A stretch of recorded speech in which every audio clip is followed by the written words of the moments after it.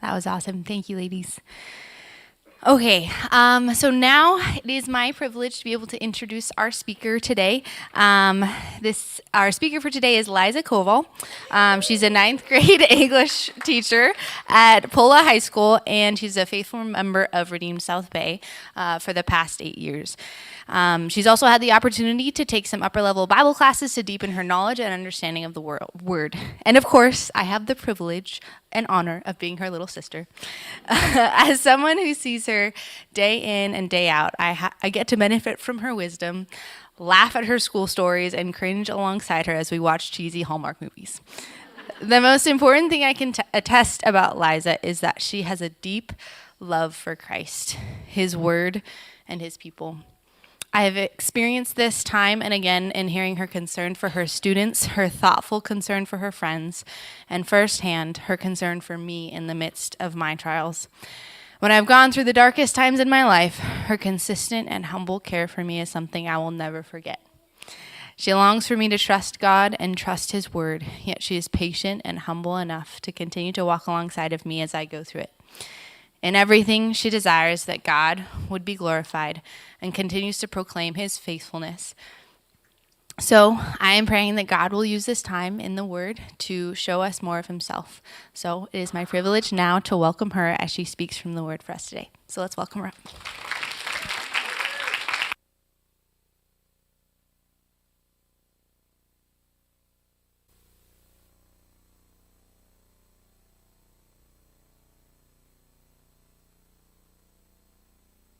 Hello, good morning. It is for me, such a privilege and a joy to be able to speak to you today. So thank you very much for this opportunity.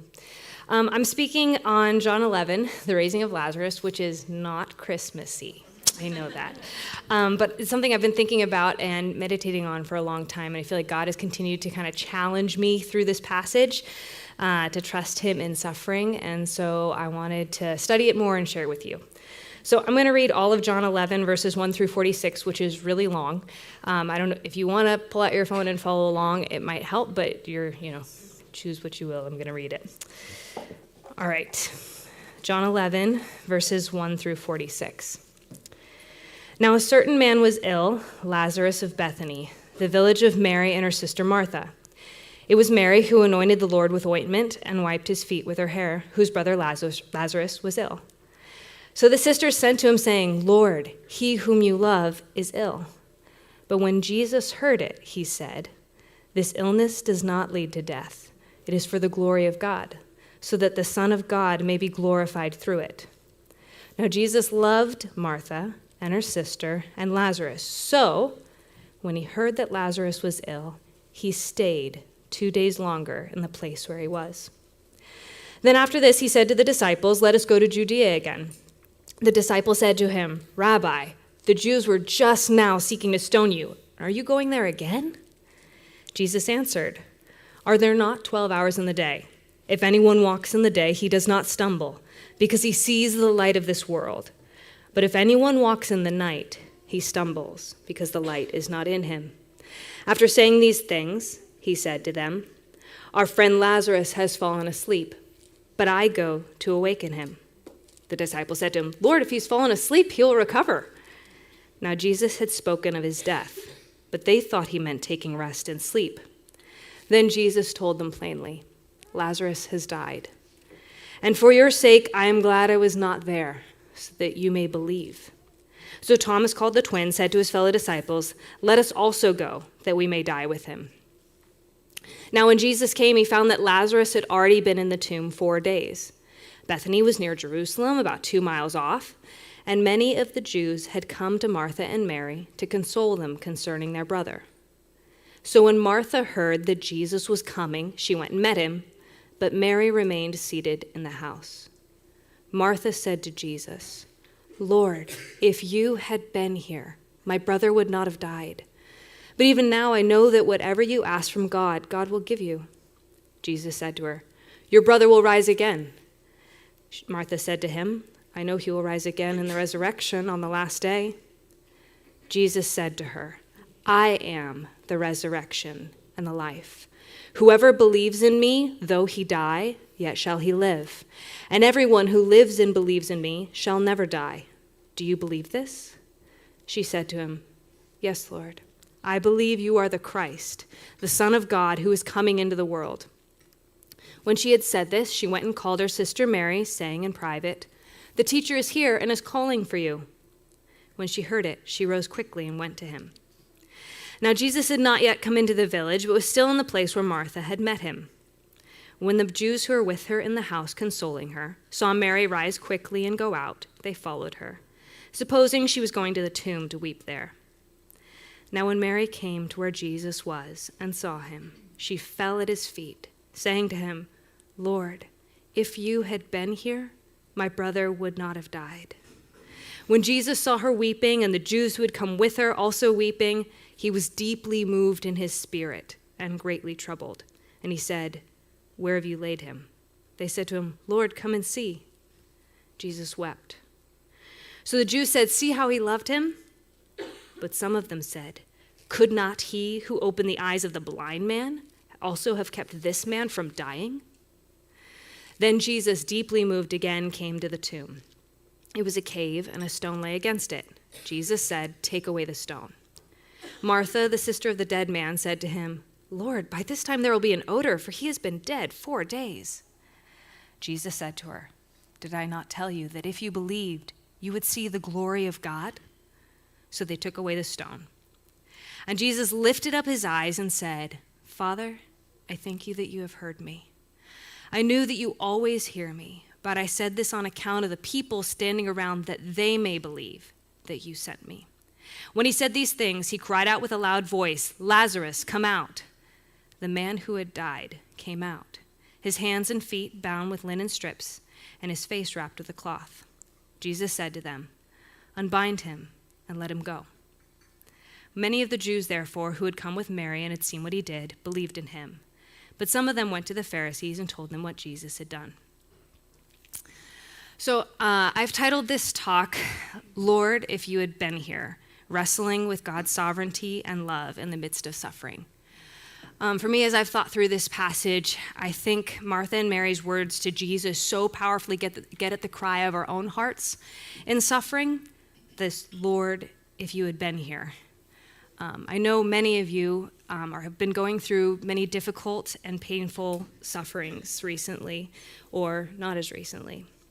Some of us are suffering in the midst of family conflict, or with aging parents, or with the impact of someone else's sin against us, or discontentment in the season God has given you, whether singleness, or childlessness, or motherhood, or empty nesting. Some are looking for a job, or a better job.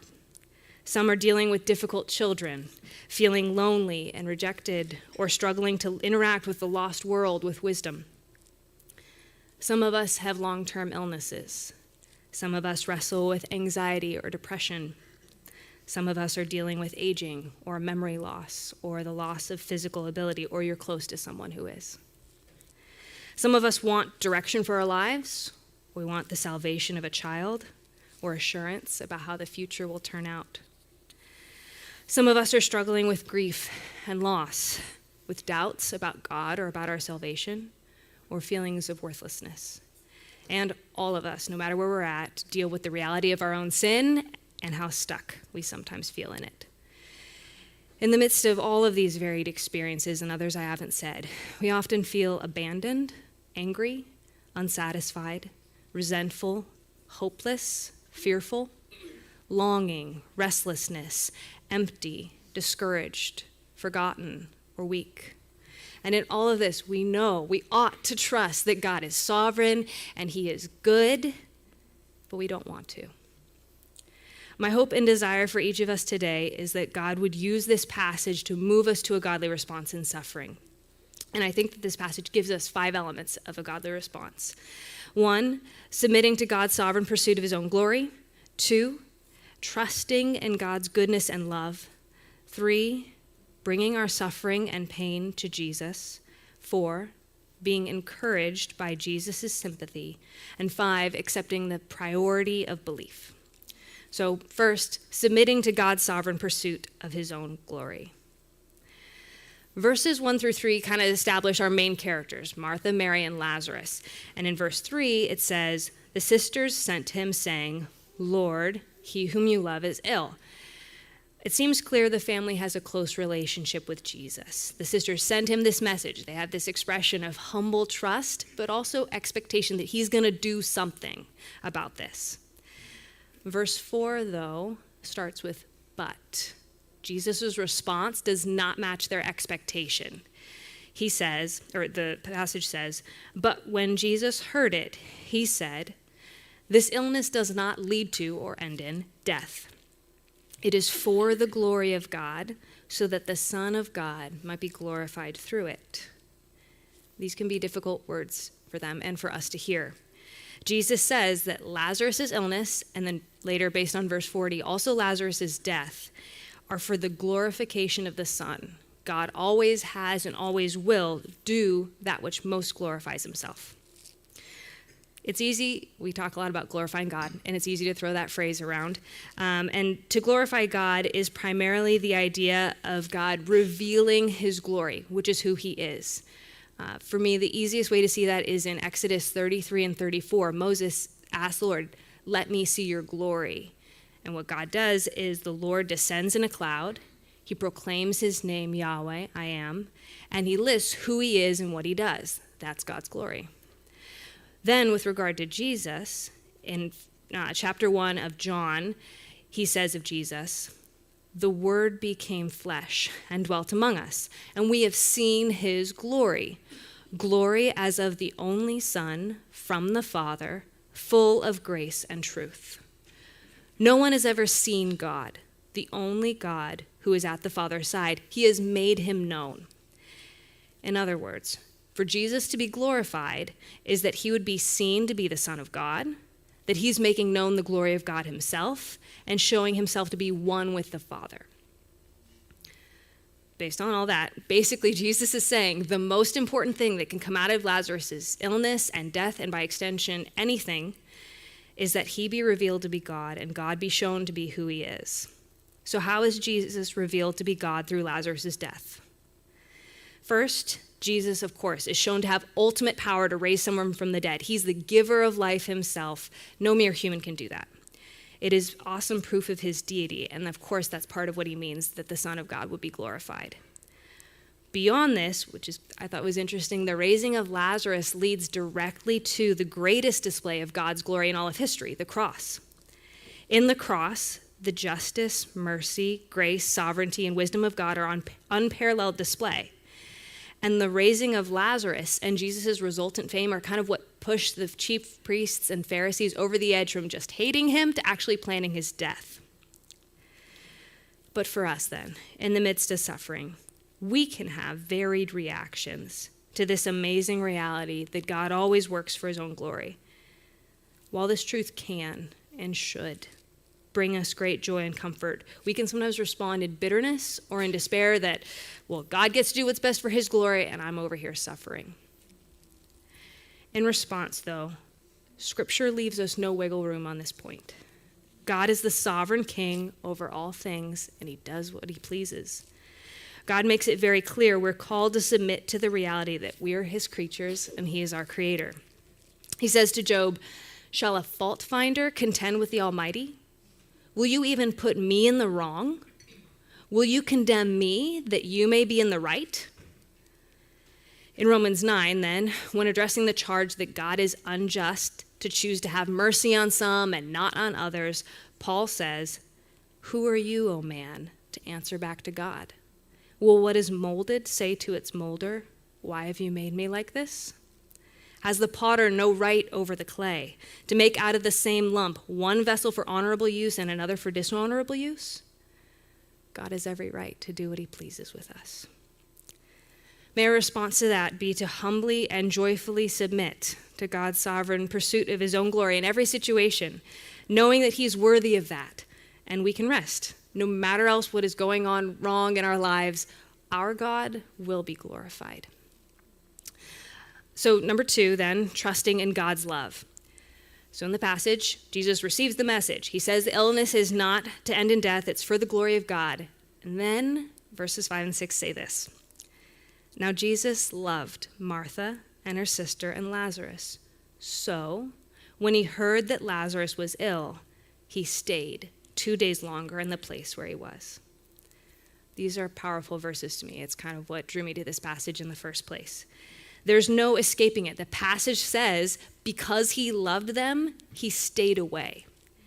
And that can be a hard saying to accept. From just a human standpoint, it seems like love would dictate you would get there as quickly as you can, even if you came too late. And from a divine standpoint, we know Jesus could have healed Lazarus from afar immediately. He didn't have to be there.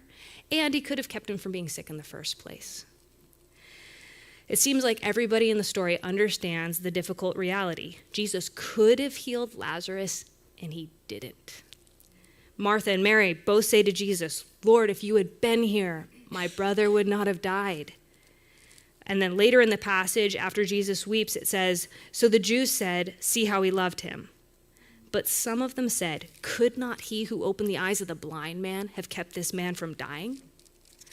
Many of us continue to wrestle with this idea that God's sovereignty and his goodness seem incompatible. Either God is not powerful enough to stop evil, or he must not be good enough to want it. Scripture's answer seems to be that God purposes good in all he does, even working through evil. And therefore, while what happened truly is evil, and the perpetrators will be justly judged, God is in control, and he's good in the midst of evil. We see this in the story of Joseph in Genesis. When he's sold by his brothers into slavery, God used that to bring the family of Israel into Egypt, where they could be safe from the famine and grow into a mighty nation. And Joseph says in Genesis 50, "As for you, you meant evil against me, but God meant it for good, to bring it about that many people should be kept alive as they are today." The crucifixion of Jesus is another great example because it is the greatest evil ever perpetrated in the world against the totally innocent Son of God, yet it is also the accomplishment of the divine plan for the greatest good in all the world in the salvation of many. Regarding this, Peter says to the people of Israel and Jerusalem, "This Jesus, delivered up according to the definite plan and foreknowledge of God, you crucified and killed by the hands of lawless men. They're responsible for the wickedness of their actions, and Jesus' death was planned by God." The question becomes then, in what way can horrible, painful, and sometimes evil things that come to us be good? We sometimes say to ourselves or to each other, I know I've said it and I've heard it, I don't see how God could bring good out of this. And in one sense, I don't think we'll ever know fully. But there are ways that Scripture teaches us God is using pain for good. Like the examples of Joseph's slavery and Jesus' death above, he can be causing great good to come about that we could just never expect. Through Naomi's widowhood and the death of her 2 sons, God brought about the birth of King David. Through David being chased by Saul for years in the wilderness, God gave us many of the Psalms. Through Paul's imprisonment, we get many of the epistles. And sometimes we get to see those amazing outcomes in our own lives. And I'm hoping during the discussion time, you'll share some of those stories maybe of God bringing good out of what seemed to be evil. Second, also, God is teaching us to trust him, which ultimately is our greatest good. In 2 Corinthians 1, Paul writes, "We do not want you to be unaware, brothers, of the affliction we experienced in Asia. We were so utterly burdened beyond our strength that we despaired of life itself. Indeed, we felt we had received the sentence of death. But that was to make us rely not on ourselves, but on God, who raises the dead." In other words, this terrible experience that felt like death itself had as its purpose to make them rely on God and not themselves. They were brought to the recognition that they were not sufficient in themselves. They needed God, and he was enough. Third, God is sanctifying us. That's the point. The famous Romans 8:28, God is working all things together for good for those who love him. Verse 29 says, he has predestined us to be conformed or shaped into the image of his Son, that we be increasingly like Jesus. Psalm 119:71 says, "It is good for me that I was afflicted, that I might learn your statutes." Finally, God often gives us a greater experience of his closeness, his grace, and his goodness. One of my favorite passages of all time is Psalm 73. The psalmist Asaph is dealing with the reality that the wicked often prosper. And at the end of the psalm, he says this to God: "Nevertheless, I am continually with you. You hold my right hand. You guide me with your counsel, and afterward you will receive me to glory. Whom have I in heaven but you? And there's nothing on earth that I desire besides you. My flesh and my heart may fail, but God is the strength of my heart and my portion forever." I hope you've experienced this in your own life. Often in times of great pain, as we draw closer to God and we recognize how much we desperately need him, he draws near to us in an experiential way, and it can be such a glorious time of closeness. So that was submitting to God's sovereignty, trusting his goodness and love. Now, point 3, bringing our suffering and pain to Jesus. So after staying away for 2 days, Jesus returns to Judea and finds Lazarus has been dead for 4 days. In verses 21 and 32, as Martha and Mary each see Jesus for the first time since their brother's death, the first words out of each of their mouth are, "Lord, if you had been here, my brother would not have died." It's a little unclear exactly what their tone or intent is behind those words. It could just simply be an expression of faith, what they believe Jesus could have done. There could be disappointment, grief, regret, or it could be actual reproach of him. Regardless, I think that cry of grief and regret and disappointment, some faith, some rebuke, is the same cry we hear from others throughout Scripture. If we're truly convinced that God is sovereign in everything that happens to us, the reality that our hurts have come from him, and he could have stopped them if he'd chosen to, and he didn't, is a piercing reality lamented throughout Scripture in often startling language. Here's a few examples I thought were very powerful. Job, the blameless and upright man, he's unlike anyone else on earth. He experiences the death of his children, destruction of all of his property, and the obliteration of his health. At the end of his conversation with his friends in chapter 30, he finally laments, "God has cast me into the mire, and I have become like dust and ashes. I cry to you for help, and you do not answer me. I stand, and you only look at me." In the book of Ruth, Naomi experiences the death of both of her sons and her husband. She returns destitute to Bethlehem, and she says to the women of the town, "Do not call me Naomi, call me Mara, for the Almighty has dealt very bitterly with me. I went away full, and the Lord has brought me back empty. Why call me Naomi when the Lord has testified against me and the Almighty has brought calamity upon me?" And most poignantly to me, Jeremiah says in Lamentations 3 of the Lord, "He has walled me about, so I cannot escape. He has made my chains heavy. Though I call and cry for help, he shuts out my prayer. He has blocked my way with blocks of stones. He has made my paths crooked. He's a bear lying in wait for me. A lion in hiding. He turned aside my steps and tore me to pieces. He has made me desolate." And finally, Paul himself says in 2 Corinthians 12, "A thorn was given me in the flesh, a messenger of Satan to harass me, to keep me from becoming conceited. 3 times I pleaded with the Lord that it should leave me. But he said to me, 'My grace is sufficient for you, for my power is made perfect in weakness.'" I find these passages and others like them so comforting because they show God doesn't ignore the reality of these emotions and doubts.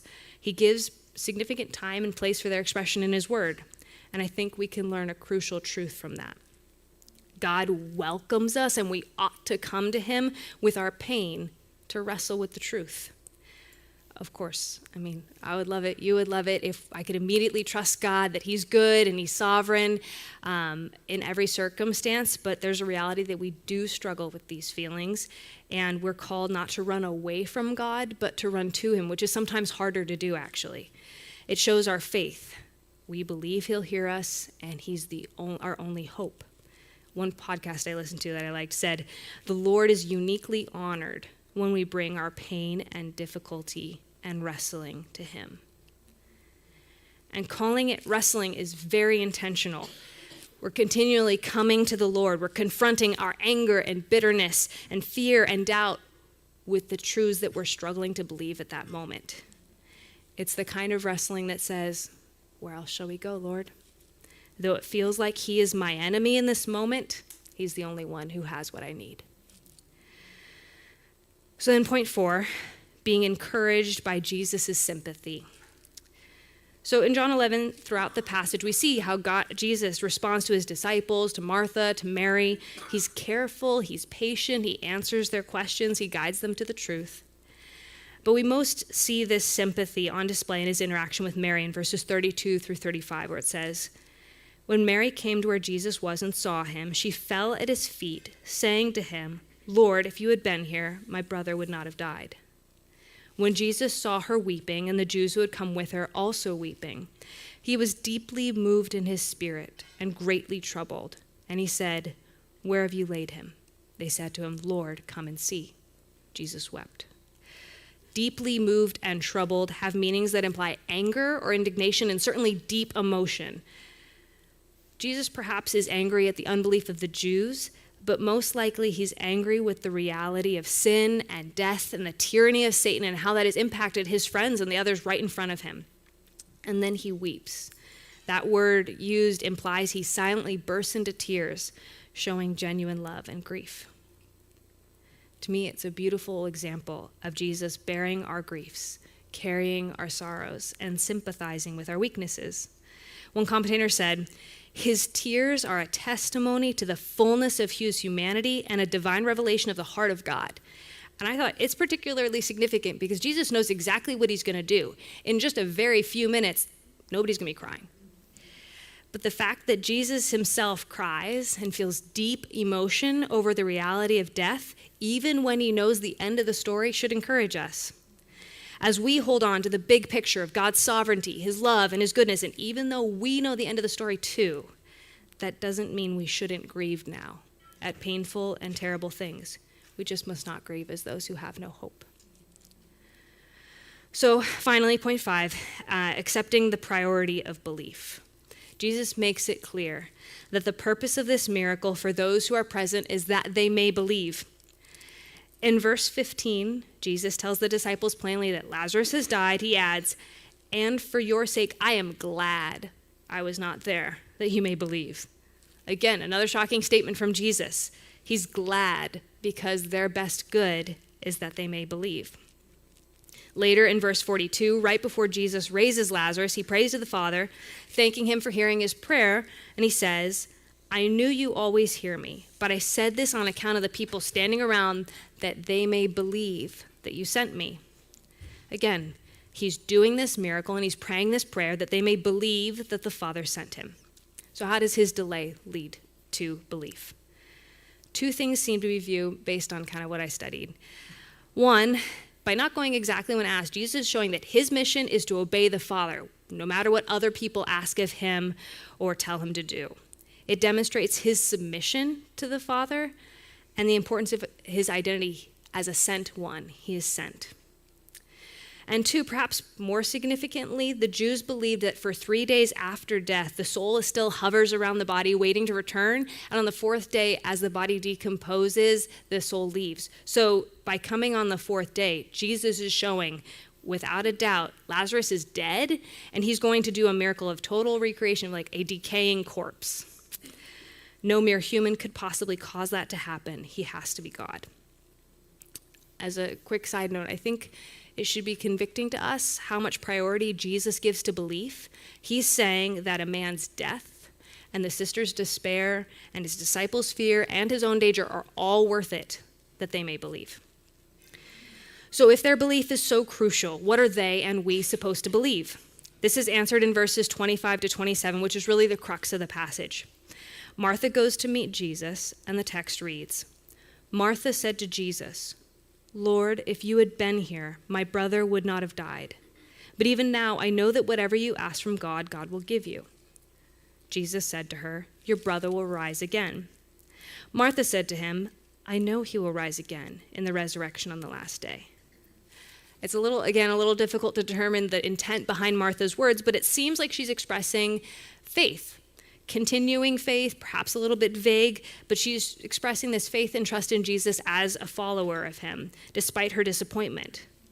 But Jesus' response challenges her. He says, "I am the resurrection and the life. Whoever believes in me, though he die, yet shall he live. And everyone who lives and believes in me shall never die." In other words, The resurrection is not abstract and remote and future. It is present, it is personal, it is now, it is him. The resurrection hope is Jesus, the one who has power over death, in whom she must trust. And Jesus asks her, "Do you believe this?" She responds, "Yes, Lord, I believe you are the Christ, the Son of God, who's coming into the world." She doesn't repeat a word of what Jesus has just said, but it seems like she's affirming kind of these necessary corollaries of what Jesus has just said about who he is. He's the promised Messiah. He's the Son of God who is one with the Father, and he's the one the Father has sent into the world for a purpose. So to put all this together, Jesus is calling her not just to have faith, but to have faith in him, to focus on the present object of her faith who's standing right in front of her. And the raising of Lazarus is supposed to do exactly that for the disciples, for Martha, for Mary, and for others in the crowd. It confirms and it lives out that Jesus is the Son of God sent from the Father. By contrast, I think for us, we sometimes focus on the amount of our faith. My faith is weak. I don't have enough faith to get through this. But by concerning ourselves with how much faith we have, I think sometimes we have more faith in our faith than we have faith in God. God is who he is, regardless of whether we believe he is or not. And the more we see and know Jesus for who he really is, the more we will have faith in him. So in the end, Jesus is not all talk and promises with no fruition. He raises Lazarus from the dead. Verses 43 and 44 say, "When he had said these things, he cried out with a loud voice, 'Lazarus, come out.' The man who had died came out, his hands and feet bound with linen strips and his face wrapped with a cloth. Jesus said to them, 'Unbind him and let him go.'" With all the power and authority given him by God, Jesus causes a dead man to live.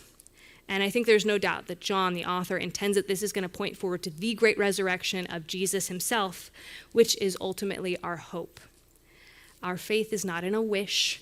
It's not against sound judgment or against reason, or it's not a blind acceptance. We have assurance and we have certainty that this is real and it's true. So, in conclusion, to wrap it up, as you wrestle with the reality of your suffering and the suffering of those around you, I pray that you are encouraged and bolstered by these truths of a godly response to suffering, submitting to God's sovereign pursuit of his own glory, trusting the goodness and love of God, crying out to God with our pain, taking encouragement from Jesus' sympathy with us, and accepting the priority of belief. And I pray that we all continue to wrestle with these truths. One final thought I just wanted to leave you with. When I'm lost and confused about what God is doing and why is this pain necessary in my life, sometimes all I can fall back on is the reminder that God himself suffered for me. When I ask myself, why is this pain in God's plan for me? I don't know, but I know it was in his plan for himself too. Jesus himself, as he hung on the cross, cried the lament of Psalm 22, my God, why have you forsaken me?" He was willing to sacrifice himself for us, to go through the immeasurable pain of experiencing the wrath of God poured out on himself, of the rejection of the Father for us, so we never do. If he's willing to do that for me, may it grow in us a willingness to joyfully accept from his hand whatever he sees to be best. He's given us himself. Let us trust him with the rest. I'm going to pray. Father, my heart hurts for my sisters who are going through deeply painful circumstances. And it is one thing to hear these truths from your word. It's another thing to believe them and to trust them, and only your Spirit can do that. I pray that your Spirit would work that in our hearts, that you would press your truth down deep into our hearts and give us the grace we need to believe it, no matter our circumstances, difficult or wonderful. Thank you so much for your great love for us, for your closeness with us, that you will never leave us or forsake us. You're so good to us in our weaknesses. Amen. Thanks. Thank you.